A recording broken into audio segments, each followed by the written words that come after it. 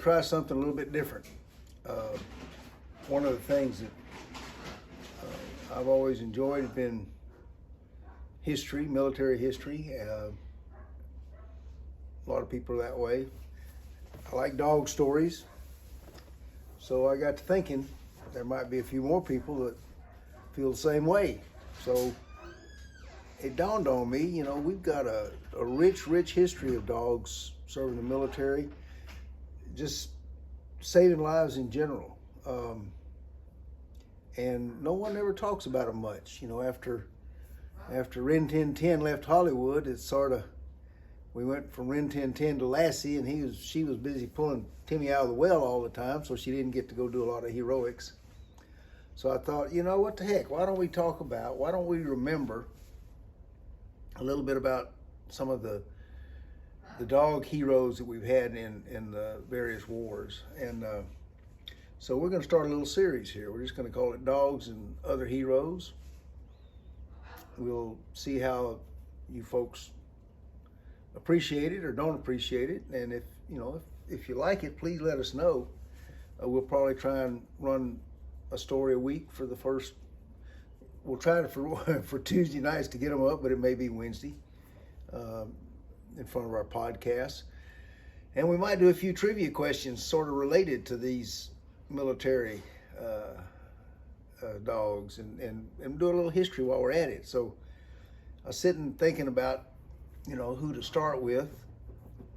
And the one dog probably who, well, he's definitely the most decorated dog that's ever been in the U.S. military, was a dog named Chips, World War II. And Chips had some controversy around him, but he did some amazing things. So the United States didn't ever use dogs in war until World War II. Now they'd used a few, I think, for some messengers and things like that in a limited space. But when World War II ran around, they had the experience of watching the English, especially with their Airedales, running messages up through the trenches and detecting gas. They used a lot of poisonous gas in World War I before it ever got to the men. And so learning from them, we put out a call for dogs in the United States. We didn't have a source, so they just started asking American families to voluntarily put their dog in the Army. They got out, I think the first group, there was about 18,000 dogs volunteered.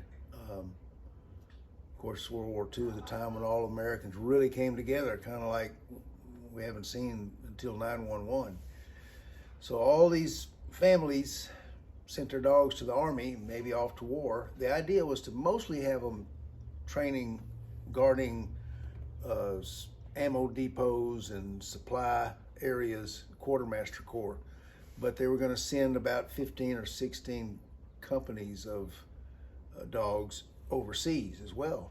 So I think there was 18,000 in the initial, in the first year, I think it was 1942. Of that 18,000, either 8,000 made it into the Army or 8,000 flunked out. I forget which way it was, but let's just round it off and say we had about, our first Canine Corps had about 10,000 dogs. They used 7 breeds, shepherds, as you'd expect. Don't ask me why, but Siberian Huskies, Dobes. I forget, I won't do them justice, so I'll quit right now. Malamutes were one of them. Belgian Malinois, Belgian sheepdogs.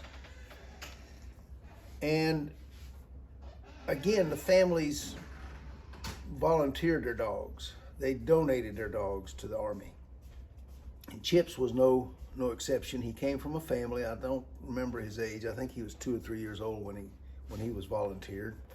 The stories around the publicity that they were first putting out would have you believe that Chip's family was loving and devoted and wanted to do right by their dog, but they also were patriotic and wanted to do their help their country, and their son was 4 years old at the time, and that's the way he remembered it, and he told the story. But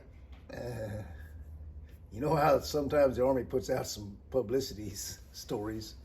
There is a little known incident. Chips, it seems, had bit the garbage man in, was it Pleasanton or Pleasantville, New York, and this landed him in hot water. But this propensity for biting would serve him in great stead as the next couple of years unfolded in his life. So anyway, he was a Joe Rowell was his handler. He was first used as a sentry dog, as a guard dog primarily, when there was, I think they called it the Casablanca Conference, where Churchill and Roosevelt got together, and they were discussing different war plots and everything. And they were taking, Chips was actually one of the sentries at that conference, guarding those two important people. And they actually met Chips and were kind of fond of him. So he did pretty good there. And then they were called up, I forget which unit they were with, but they started invading Italy.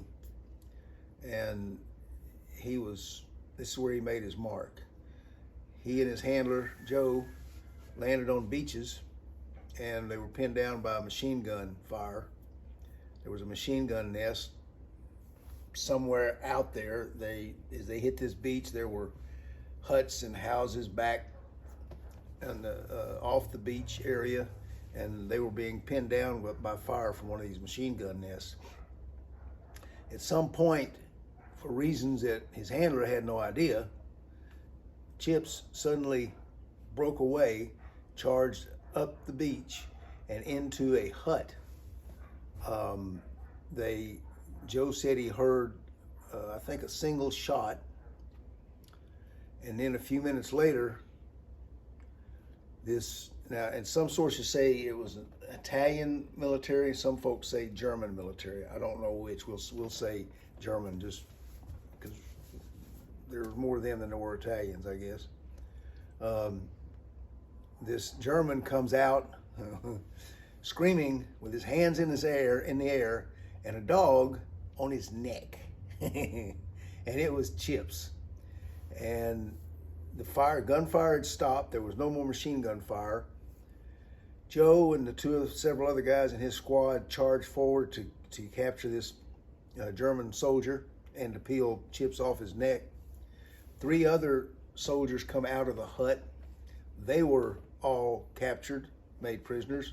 They went into the hut, and this was where the machine gun fire was coming from. Chips had gone in, and apparently, when they discussed it with these guys later on, he charged into the hut, taking them all by surprise, knocked the machine gun off of its mount. The one shot that they had heard was from the ranking officer in there who had a sidearm, a pistol. That happened to be whose neck Chip had latched onto. And the other 3 guys were so scared of this devil dog that they threw up their hands and came out and surrendered.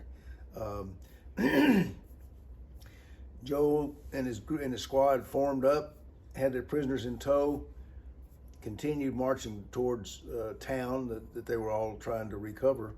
And somewhere along the line, Chips stopped, started acting suspicious and funny, and then began barking off in an area, wooded area. And when he told the sergeant in his squad, he said, hey, he knows there's something here. And before the end of the day, before the sunset on that day, Chips had added 10 more prisoners to his original 4. So he had a pretty successful day capturing enemy soldiers. Just the feat of knocking the machine gun off its mount was impressive enough. So he comes back home. He's a hero. He's given a silver medal. He's given a Silver Star, a Purple Heart, and a Distinguished Service Cross.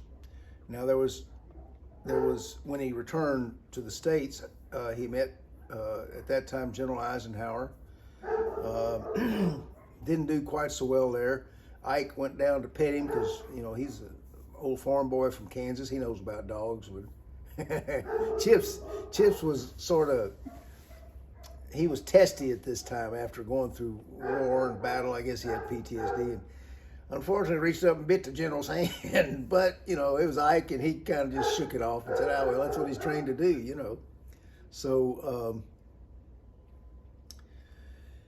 pardon me, I got a little distracted. My dog's trying to interfere with trying to out-talk me here. So anyway, he comes back to the States, and there is a National Purple Heart group that were offended that a dog had been given a Purple Heart. You know, today that would be expected, but in those days it was not. And there was a lot of controversy around him having these medals: Distinguished Service Cross, the Silver Star, and the Purple Heart. So there were newspaper articles, people complaining it's a dog, you're demeaning servicemen, soldiers, you're downplaying what they did, all these sort of things. And it was, the popular belief is that those medals were taken back. But Time magazine reported, that was in 44, I believe 1944, Time magazine reported that he actually still had his medals. There was another news source, I forget which one it was, that said that he had been presented the medals again in 44. So it's possible he may have had his medals taken back for publicity's sake, and then were re-awarded later on. But irregardless, he had received, England had what they call the Dickinson medal. It's an association of veterinarians in England who gave distinguished merit medals to military and police dogs, any dog who did an outstanding job. Chips also won that, was awarded that award. He was a German Shepherd Husky Collie mix, and it's probably pretty accurate on that because, I mean, let's face it, this is 1941 when he was born. Pretty small town. People were very much more aware of dogs, even though there weren't as many people, but there weren't near as many dogs either. Per capita, there may have been as many or more. So we're pretty sure of his breed mix, and we're definitely sure of his ability to bite, as you could ask that German officer. And he went on to really to great fame in this country. Unfortunately, they believe, to what he'd been through, that his kidneys had failed young, and he died about, I think, a year, maybe a year and a half after getting out of the after coming back from the war. The family, he went back to the original family that had donated him, and the son, who's now 8 or 10 years old, they became best friends. The son also wrote Joe Rowell, Roll, I don't know how to say his name, the soldier who had been his handler during the war, and they had set up a little camaraderie, pen letter writing to each other. And when the son, I think the son's name was Wren, he wrote Joe telling him that Chips had passed away, and Joe, fittingly wrote back, I played with him, I slept with him, I fought with him. I just lost my best friend. So you can say he was appreciated by more than just the public. That's sort of the dog that started. He got the great publicity. He put a great big shining star on the service that dogs can do to the military. And to this day, I guess a lot of canine handlers who made it back from Afghanistan, from Vietnam, from Korea, a little debt of gratitude to old Chips. So If you enjoyed this story, let me know. If you did, we'll dig up some more and try and find some that are a little more interesting. Tomorrow night podcast, Thursday, 6 o'clock, YouTube, Capel K9's a channel. We might have a trivia question. It might have something to do with war dogs. We'll see how